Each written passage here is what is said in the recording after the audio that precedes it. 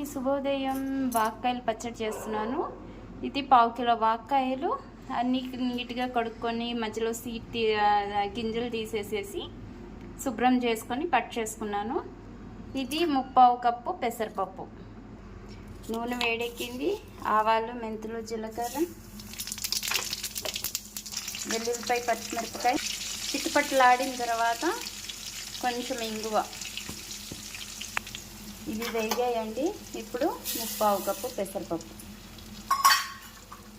చింతపండు వేయక్కర్లేదండి, ఎందుకంటే వాక్కాయల్లో వాటి చాలా పులుపు ఉంటాయి కాబట్టి నేను చింతపండు వేయట్లేదు.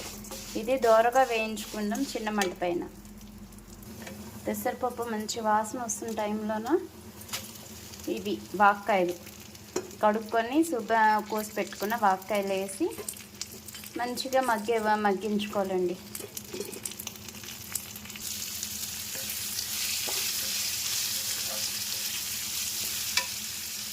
రుచికి సరిపడా ఉప్పు వేసుకొని కలుపుకొని మూత పెట్టి శుభ్రంగా కొంచెం బాగా దోరగా వేయించుకోవాలి.